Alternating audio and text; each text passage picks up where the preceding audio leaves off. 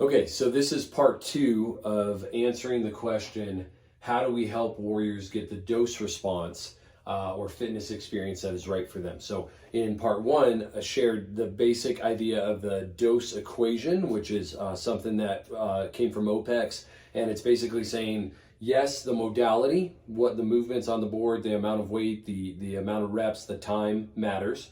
But intention also matters. How do you want me to perform it? Is it as fast as possible? Is it for sustainability and pace? Is it for quality? And I'm going to just slow down to do it as much as quality. Intention matters, but then the person also matters. We have to program in such a way that we take into consideration the person who has a training age of 30 years and they've been doing this for a long time and they've developed thousands and thousands of contractions, and the person who's brand new and never done a proper hinge movement in their life. So the aim at the second part is to say that I believe we can create buckets within our programming that allow us to help people self-diagnose and kind of put themselves into the right bucket. Okay, so here is one thing that you do need to know is that we are highly dependent upon the warrior to self-assess what bucket they should be in.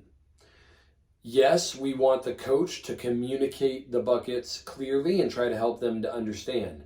But ultimately, the coach is not saying, you're in that bucket, you're in that bucket, you're in that bucket. They are saying, here's the options, here's some measurements to maybe know what you're ready for, and now go prepare for battle, okay? So we're highly dependent upon autonomy. So part two, how do we create the dose response that we want? We want to create buckets that allow for warriors to do what they should be doing in the workout. There are two parts to this. I want to talk to you about the foundation, build, and advanced buckets, which are primarily focused on movement and strength of a warrior. And then the basic scale-up buckets, which is more focused on the skills or specialized movements of that a warrior is capable of, okay? So you'll see foundations, build, and advanced. This is basically buckets that help warriors to know if they are far enough advanced in a movement, they've developed motor control, muscle endurance, strength endurance, and they're ready to just build, then they can be moving down into the advanced category. But if someone is not yet doing a right squat, they need to be in foundations. If they're not yet doing a right hinge, they need to be in foundations. If they know how to perform it, but they just need to develop more contractions under it or add some weight, then they're in build, okay? So foundations is primarily motor control and muscle endurance. Build is primarily strength endurance and then adding complexity to the movement.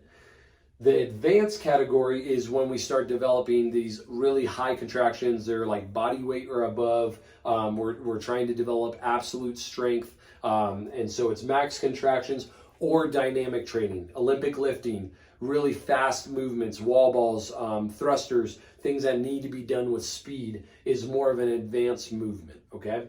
So we have those buckets to help our people with movement and strength training. And then we have just basic scale-ups. These things aren't necessarily that they need to develop more contractions in that movement. They might just need to develop the skill of that movement, okay? So for instance, somewhere in our battle, you might see a single arm plank, and then a scale up to a handstand, and then a double scale up to a handstand walk. This is not necessarily that you have to develop a certain amount of contractions to get here, though that helps. It's mainly, does a person feel comfortable getting inverted? Do they have the shoulder mobility and flexibility for it? Have they spent enough time in the inverted handstand that they're ready to go to a handstand walk? So we just want to provide warrior skill options that they're able to look and say, oh, I could do the handstand walk, or oh, I want to work on the muscle up, or I want to work on the single arm. So what you'll see this week, for instance, is kettlebell swings, single arm kettlebell swings, and single arm kettlebell snatch. You might be able to do really, really, really heavy kettlebell swings and never do a single arm kettlebell swing because you haven't developed the skill. Or you might be able to do single arm kettlebell swings all day long, but you can't snatch it. That's not a contraction issue. That is a skill issue. You need to develop the skill if you want to do that, which you don't ever have to if you don't want to. So we're creating skill buckets and movement buckets. These are our movement buckets: foundation, build, advanced, help warriors progress through foundational movements well. And then we're creating skill buckets that allow people, and this is, we would just say, choose your wave, right? Like, what wave do you want to ride on today? Are you in the planking? Are you in the handstand holding? Are you in the handstand walk? Choose the wave, depending on how you're feeling. So an example of the foundation, sorry, I meant to do this earlier, but today in our deadlift workout, it was a ladder, and it was 10, 9, 8, 7, 6 deadlifts and inchworms. For foundations, you're doing one kettlebell. You're going to do twice the amount of reps because you're only working at 25 to 40% of your body weight.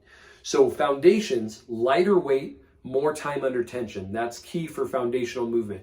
We don't want them doing 5 reps. We need them to do 15 to 20 reps to make sure that they're just getting the movement down.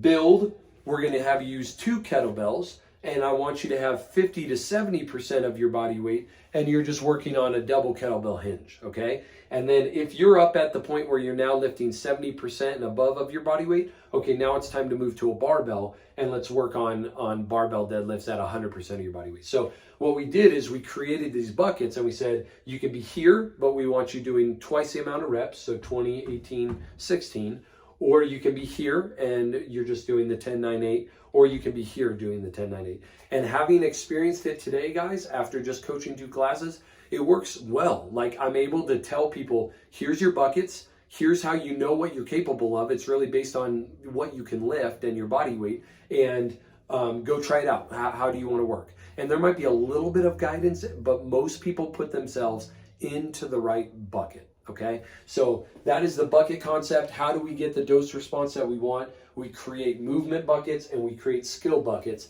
and allow our warriors to self-assess what bucket they should be in for the day.